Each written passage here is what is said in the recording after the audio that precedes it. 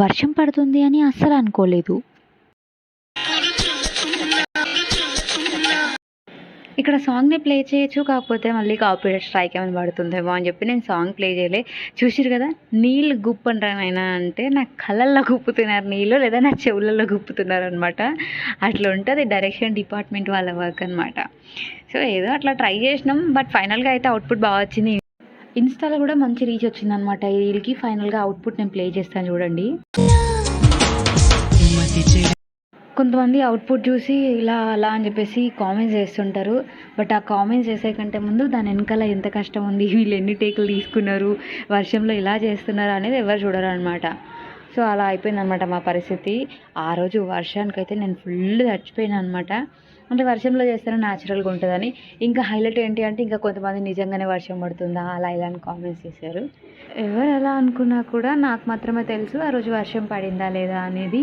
And direction department ఎవరైతే చేశారో తనకి ప్లస్ అక్కడ ఉన్న వాళ్ళకి మాత్రమే. సో, ఏం చేస్తామండి, కొన్ని కొన్ని సార్లు ఇలాంటివి తప్పవన్నమాట. సో, నాకేదో యాక్టింగ్ అంటే కొంచెం ఇంట్రెస్ట్, అదొక ప్యాషన్ అనమాట. అందుకోసమని అప్పుడప్పుడు అట్లా రీల్స్ చేస్తుంటా అనమాట. సో, మీకెలా అనిపిచ్చింది ఇదంతా? అండ్ మీకు అనిపిచ్చిందా ఒక్క 30 సెకండ్స్ రీల్‌కి మీరు ఇంతగనం రిహార్సల్స్ జేయాలా? ఇంతగనం క్లిప్స్ తీసుకోవాలా అని? ఆబ్వియస్లీ ఎవరికైనా అనిపించడంలో తప్పైతే లేదు. బట్ నాకు అలానే అనిపించింది ఈ విజువల్స్ అన్నీ చూసిన తర్వాత. సో, ఒకసారి మీతో షేర్ చేసుకోవాలి అనిపించింది. అందుకోసమని ఈ వీడియో అనేది నేను అప్లోడ్ చేస్తున్నాను. వర్షం అంటే చాలామందికి ఇష్టం. అందులో తడవాలని కూడా చాలామందికి ఉంటది. సో, ఫైనల్‌గా నేనైతే ఆ రోజు వద్దు వద్దు అనుకుంటూనే తడిచేసిన అనమాట.